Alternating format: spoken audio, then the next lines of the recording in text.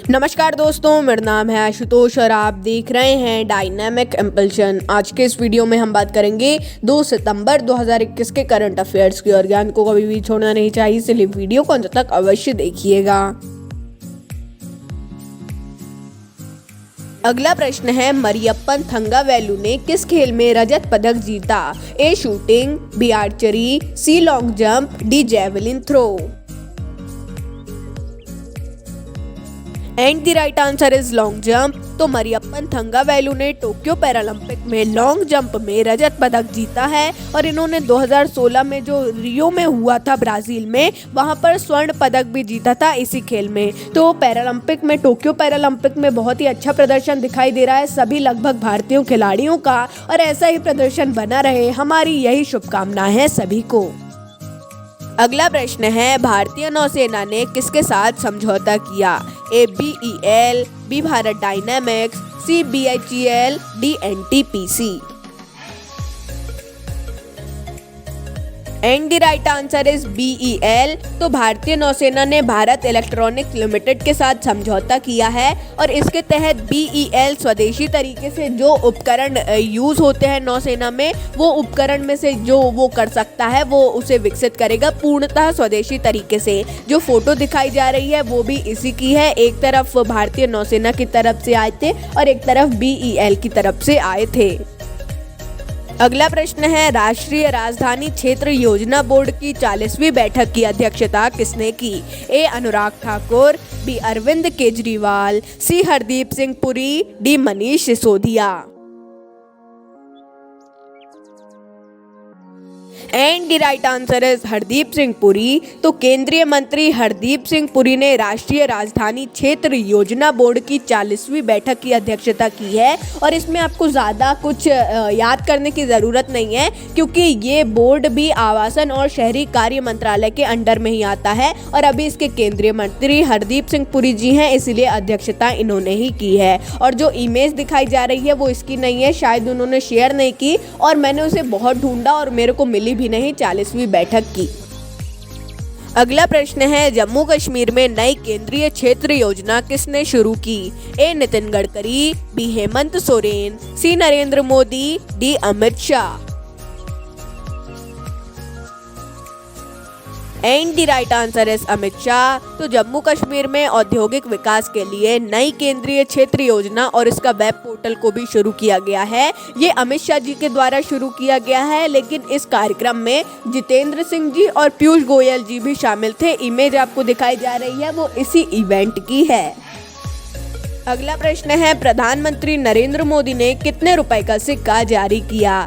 ए 500 रुपए, बी 350 रुपए, सी 600 रुपए, डी 100 रुपए और ई 125 रुपए।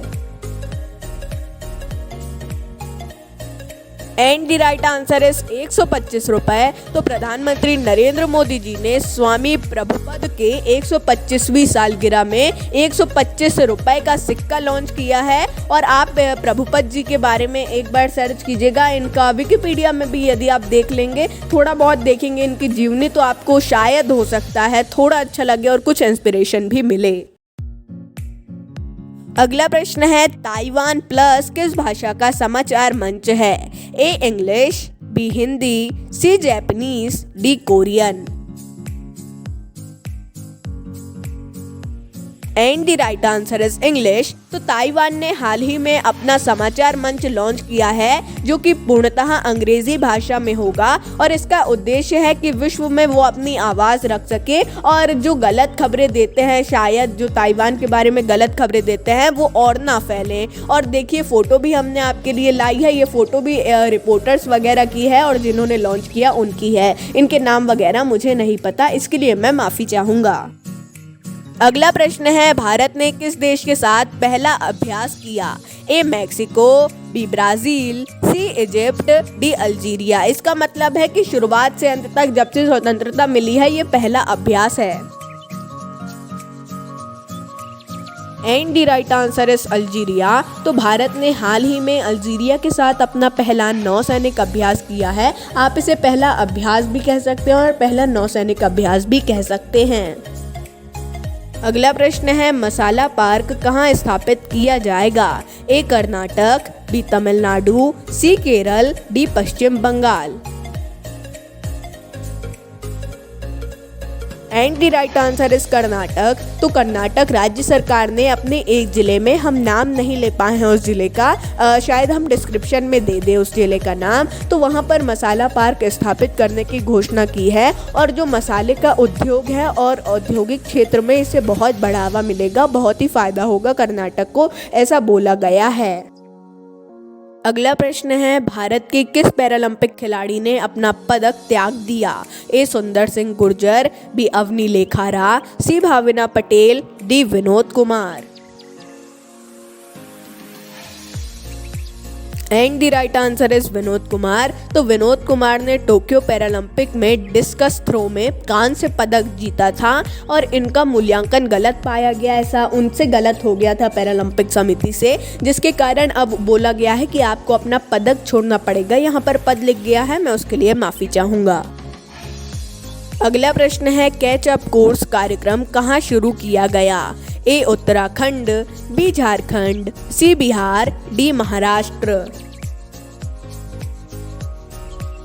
And the right answer is Bihar. तो बिहार सरकार ने कैचअप कोर्स कार्यक्रम को शुरू किया है। इसका उद्देश्य है कि स्कूल खुलने के बाद जो छात्र हैं, जो विद्यार्थी हैं, वो पढ़ाई में ही ध्यान दें, पढ़ाई की तरफ ही वो ध्यान दें, ज़्यादा इधर उधर ना दें, क्योंकि एक पढ़ाई छूट गई थी और ऑनलाइन पढ़ाई भी हो रही थी, लेकिन उससे भी ज़्यादा कुछ फ़ायदा नहीं हुआ। तो अच्छा फैसला लिया गया है, सभी राज्यों को ऐसा ही फैसला लेना चाहिए यदि उन्हें लेना है और ऐसे लगता है कि उनके विद्यार्थियों का भी ध्यान नहीं है। तो दोस्तों, ये था अंतिम प्रश्न। मिलते हैं अगले वीडियो में। आपको आज का वीडियो कैसा लगा कमेंट में अवश्य बताइएगा, और यदि आपको कुछ भी सजेशन या फिर सुझाव देना है तो वो भी कमेंट में बताइएगा। आप हमें ट्वीट भी कर सकते हैं, हमें टैग करते हुए। नमस्कार, डायनामिक इम्पल्शन।